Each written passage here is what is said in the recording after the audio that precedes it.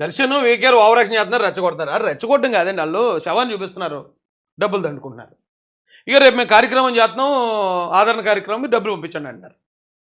అవి ఆల్రెడీ వాట్సాప్లో తిరుగుతున్నాయి. ఒకసారి ఆ ఫోన్ ఇవ్వండి, మీకు ఒక ఆడియో వినిపిస్తాను చూడండి.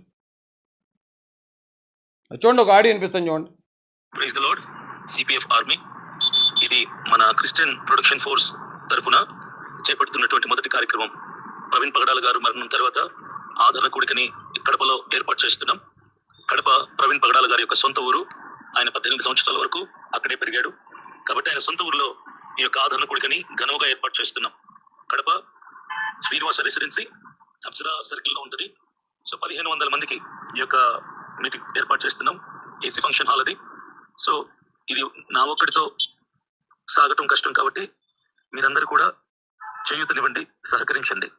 ఎందుకంటే చాలా ఖర్చు ఉంటుంది, దాదాపుగా 7 lakhs వరకు ఖర్చు ఉంటుంది. కాబట్టి మీ వంతు మీరు సహకరిస్తే దేవునికి మహిమకరంగా ఈ కార్యక్రమం జరుగుతుంది. చాలా ఎక్స్పెన్సివ్, భోజనాల ఖర్చు మాత్రమే 3 lakhs అవుతుంది. అలాగే ఫంక్షన్ హాల్ రెంట్ 50,000 రూపీస్. ఇక లైవ్ కానీ, తర్వాత LED స్క్రీన్స్ కానీ, మిగిలిన ఏర్పాట్లు ఇవన్నీ కూడా చాలా ఉన్నాయి. కాబట్టి ఈ భారం నేను ఒక్కనే మోయటం కష్టం. మీరందరూ కూడా నాకు సహకరించండి, ప్రోత్సహించండి. ఈ నెల 19వ తారీఖు జరగబోతున్న ఆదరణ కూడికలో మీకు వీలైతే ఖచ్చితంగా మీ కుటుంబంతో మీరు హాజరవ్వాలని ప్రేమపూర్వకంగా ఆహ్వానిస్తారు. LED లైట్లు పెడుతున్నారట, లైవ్ పెడుతున్నారట, డిజిటల్ ఇంకా స్క్రీన్లు పెడుతున్నారట, భోజనాలు పెడుతున్నారట. దానికి 7.5 లక్షలు ఖర్చట, డబ్బులు పంపించమండి. ఎవరు చేయమన్నారు ఇవన్నీ? ఆ ఫ్యామిలీ చేయమందా? ఆ ఫ్యామిలీ ఏమైనా ఆదరణ కార్యక్రమం కూడా చేసుకోలేని పరిస్థితిలో ఉందా? డబ్బులు ఆల్రెడీ డొనేషన్స్. ఆయన ఆ వీకేర్ అన్న ఆయన 20 లక్షలు పంపించండి, నేను ఇక్కడ ఆదరణ కార్యక్రమం చేస్తున్నాను రాజమండ్రిలో అన్నాడు. ఇప్పుడు ఇంకా అదే చేస్తున్నాడు ఆయన. వీళ్ళందరూ దీన్ని హత్యాన్ని నమ్మించడానికి క్లియర్ మోటో కనిపిస్తుంది. ఎందుకంటే అది హత్య అయితేనే జనాల్లో భావోద్వేగానికి గురవుతారు, వీళ్ళు అడిగిన డబ్బులు పంపిస్తారు. అది హత్య కాదు, యాక్సిడెంట్ అంటే వీళ్ళు అడిగిన డబ్బులు ఎవరు పంపిస్తారు? 10 రూపాయలు కూడా ఎవరు పంపడం. కాబట్టి ఈ కమర్షియల్ ఆస్పెక్ట్లో వీళ్ళు ముందుకెళ్ళిపోతున్నారు అనేది అర్థమైంది. హత్య అంటే డబ్బులు పంపిస్తున్నారు, నిజం చెప్పి అది యాక్సిడెంట్ అంటే తిట్లు పంపిస్తున్నారు. నాకు ఏంటండి ఇది? రే ఏంట్రా ఇది?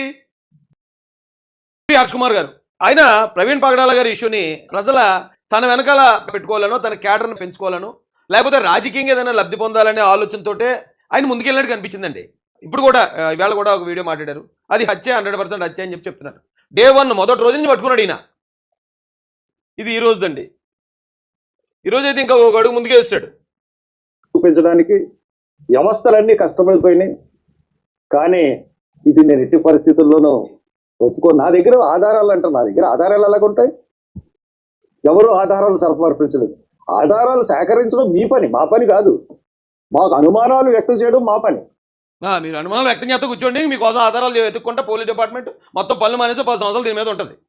ఇక్కడేమో ఆధారాలు మా దగ్గర ఎలా ఉంటాయి అన్నాడు ఇదే పెద్ద మనిషి. ఇక్కడేమన్నారు చూడండి. ప్రవీణ్ పగడాల మీరు చంపేశారు, ప్రభుత్వం చంపేసిందో ఎవరు చంపేశారో చంపేశారు. 3 వారాలు 4 వారాలు ప్రభుత్వం చంపేసిందటండి. ప్రవీణ్ పగడాల కానీ ప్రభుత్వం చంపేసిందే.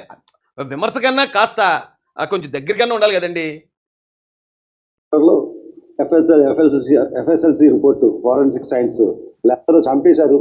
3 వారాలు 4 వారాల్లో 3 వారాలు 4 వారాల్లో FSL రిపోర్ట్ అవుతుందని ఎప్పుడైనా అన్నాడా? 2 వారాల్లో వచ్చేస్తే ఇన్ని రోజులు ఎందుకు పట్టింది ఏమన్నారు? ఇప్పుడు మామూలు జనరల్గా అయితే 3-4 వారాలు పడుతుంది, 4 రోజులు కూడా పడుతుందట, 2 నెలలు 3 నెలలు కూడా పడుతుందట ఒకసారి RFSL రిపోర్ట్ రావడానికి. కానీ ఇక్కడ 14 రోజుల కన్నా ముందే, 2 రోజుల ముందే వచ్చింది. వచ్చిన మొత్తం ఇవన్నీ కూడా మేము బేరీ చేసుకుని అన్ని టాలీ చేసుకుని 2 రోజుల తర్వాత వచ్చామండి అని ఈజీగా చెప్పారు నిన్న. అంటే 14 రోజుల కన్నా ముందే వచ్చేసింది, 12 రోజులకు వచ్చేసింది. 12 రోజులకు RFSL రిపోర్ట్ వస్తే ఇంత లేట్ ఎందుకు అయింది అనేది మీరే. ఇక్కడ 3 వారాలు 4 వారాలు పడుతుంది అన్నది ఈయనే. చంపేశారు 3 వారాలు 4 వారాల్లో FSLC report, forensic science laboratory report కూడా ఇవ్వండి. ఖచ్చితంగా ఇది హత్య. మీరు దాని ప్రకారం ఇస్తారో మరి ఏ రకంగా ఇస్తారో అన్నది నేను చూస్తూ ఉంటాం. మీరు తప్పుదో పెట్టించారంటే మటుకు అందరూ ఇరుక్కుంటారు. కానీ ఇది హత్య అని నేను చెప్తున్నాను.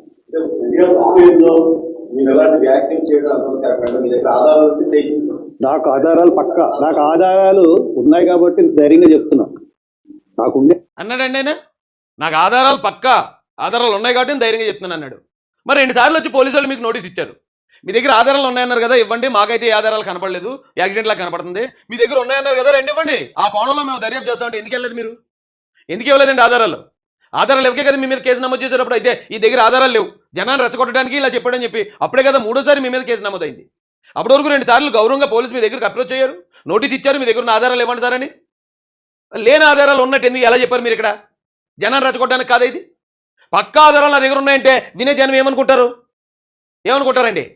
అవును, హర్ష్ కుమార్ గారి దగ్గర ఆధారాలు ఉన్నారు, అది హత్య అని చెప్పి చాలా మంది అమాయకులు నమ్మేశారు కదా ఆ రోజున. ఈ రోజు ఏమన్నారు? మా దగ్గర ఆధారాలు వస్తాయి, మేము అనుమానాలు వ్యక్తం చేస్తే మీరు ఆధారాలు ఎత్తుకు రావాలి. ఏంటండి ఇది?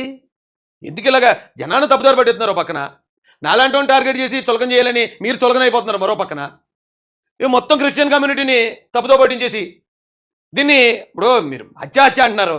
ఆవిడ హత్య కాదు, యాక్సిడెంట్ అని గవర్నమెంట్ డిసైడ్ చేసింది. మీరు ఇప్పటికీ హత్య అని చెప్పి రెచ్చగొడుతున్నారు క్రిస్టియన్స్ని. రేపు వాళ్ళు బయటకు వస్తారు, అది హత్య అంటున్నారు కదండి, మాకు ఎందుకు జరగలేని న్యాయం అని వాళ్ళు బయటకు వస్తారు. బయటకు వచ్చి వాళ్ళు ఇతర మతాల మీద ఏమో ఎవరో ఒకరు ఎక్కువడో గబుక్కుమని ఏదో కామెంట్ చేస్తాడు.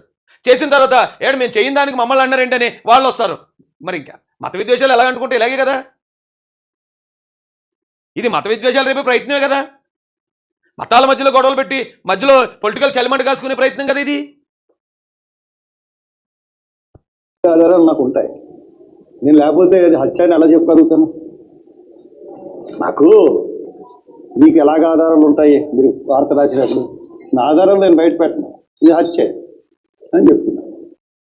ఆధారాలను బయట పెట్టాడు కానీ హత్య చెప్తున్నట్టండి. ఓకే, మీరు చెప్పుకోండి, మీరు జనాన్ని మీకు ఎలా కావాలో అలా డ్రైవ్ చేసుకోండి. మీకు లేని అనుమానం, ఏదైనా అనుమానం వస్తే వెంటనే యూట్యూబ్ ఆన్ చేయండి, ఓ వీడియో పెట్టండి చక్కగా.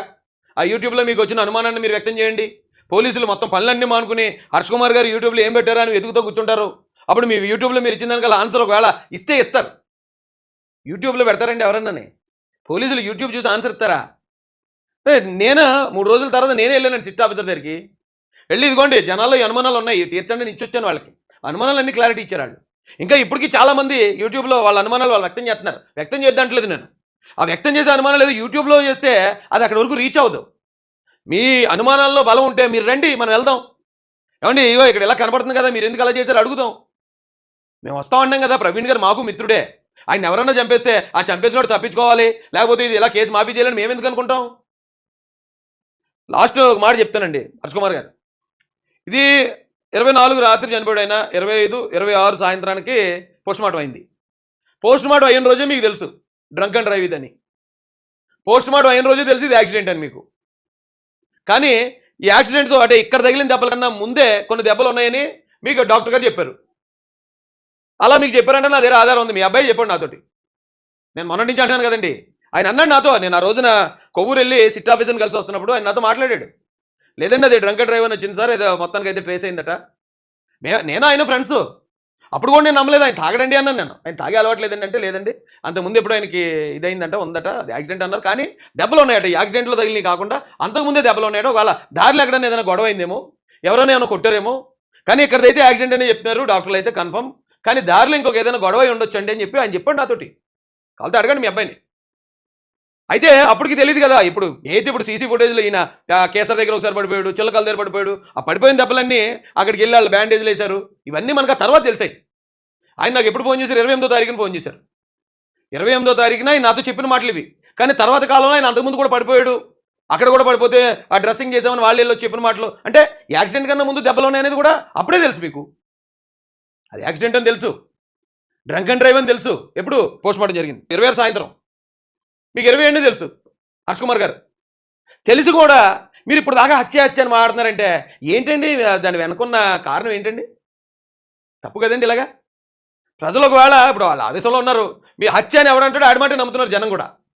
హత్య కాదు అంటే ఇప్పుడు దేశద్రోహాడు మీలాంటి వాళ్ళు దయ వల్ల చాలా మందికి. అంటే దాన్ని వైసీపీ వాళ్ళు అల్లేసుకున్నారులేండి. వైసీపీ సోషల్ మీడియా మొత్తం సీన్లో దిగిపోయింది. ఏమానీలని, పేటర్ అని, లేకపోతే ఇంకోటి అని పేర్లు పెట్టేసుకున్నారు. పేర్లు పెట్టుకుని వాళ్ళే మాట్లాడుతున్నారు అక్కడ. ఇదంతా కూడా ఆ స్క్రిప్ట్ అని తెలుసు నాకు. కానీ తప్పు కదండి అలాగా. ఒకవేళ ఎలా చెప్తారు రాజు, నువ్వు దానికి ఆధారం ఉంటూ బయటపెట్టు, నాకు అప్పుడు తెలియదు అన్నారు అనుకో, ఆధారం కూడా బయటపెడతాను. మీరు అడిగితే ఆధారం కూడా పెడతాను. ఎందుకంటే మీ అబ్బాయి నేను చాలా క్లోజ్గా మాట్లాడుకుంటామండి, చాలా విషయాలు డిస్కస్ చేసుకుంటాం.